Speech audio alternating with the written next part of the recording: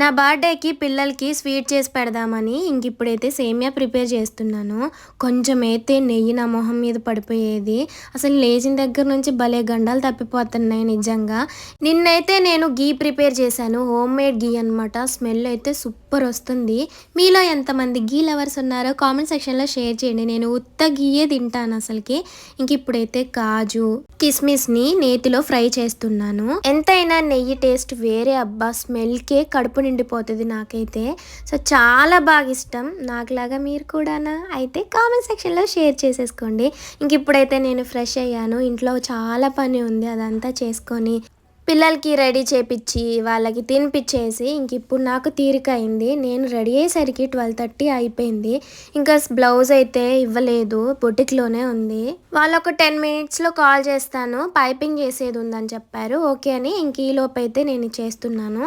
ఎవరైనా first time మన ఛానల్లో వీడియోస్ చూస్తున్నట్లయితే వెంటనే మన ఛానల్ని సబ్స్క్రైబ్ చేసేసుకోండి. మన ఛానల్ అయితే 1 lakh సబ్స్క్రైబర్స్కి దగ్గరగా ఉంది కాబట్టి ప్రతి ఒక్కరూ సబ్స్క్రైబ్ చేసుకోమని మీ శైలక్ అడుగుతుంది. సో ఇంతకీ మీ ఇంట్లో ఇవాళ స్పెషల్ ఏంటి? గురు పౌర్ణమి కదా. సో ఇవాళ ఏం చేస్తున్నారో కామెంట్ సెక్షన్లో షేర్ చేయండి. ఇవాళ నా బర్త్డే అని స్కూల్ పిల్లలందరికీ హాలిడే వచ్చింది. మా మోన్గాడ్ అయితే అలానే చెప్తుంది. ఇవాళ మా మమ్మీ బర్త్డే, అందుకే మనకి స్కూల్కి హాలిడే వచ్చిందని తన ఫ్రెండ్స్కి. ఏం చేయలేక నువ్వేం చెప్తున్నావు, నువ్వేం చేస్తున్నావు?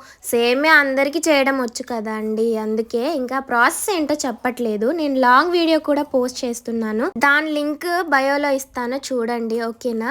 చాలా సింపుల్గా చేశాను, సూపర్ టేస్ట్ వచ్చింది. సేమ్యాకి ఎక్కువ టేస్ట్ యాడ్ అవ్వాలంటే గీ ఎక్కువగా వేసుకోవాలి. నిజంగా చాలా అంటే చాలా బాగుంటుంది. ఇప్పుడైతే ఈ సేమ్యా టేస్ట్ ఎలా వచ్చిందో మా ఆయనకి ఇచ్చేసి ఇంకా తన దగ్గర మనం రివ్యూ చేద్దాం. ఓకేనా? చూడండి సేమ్యా, అబ్బా చాలా బాగుంది కదా. గీ పైన తేరుకుంటుంది, చూసారు మీ కూడా. ఇలా ఉంటే నాకైతే చాలా ఇష్టం. సో మీకు కూడా ఇష్టమా? అయితే కామెంట్ సెక్షన్లో షేర్ చేయండి. ఇప్పుడు మా హస్బెండ్ రియాక్షన్ చూశారు. ఫస్ట్ తింటే నోరు కాలిపోయింది ఫ్రెండ్స్. చూడండి, అసలు వేడి వేడి తీసుకుని వెళ్ళి ఇచ్చాను. ఆయన అయితే లైట్గా వేడి ఉందేమోననేసి వెంటనే స్పూన్ లోపల పెట్టేసుకున్నారు. కాలిపోయిందంట, పాపం అనిపించింది. తర్వాత ఎలా ఉందనేది చూసారా తన ఎక్స్ప్రెషన్.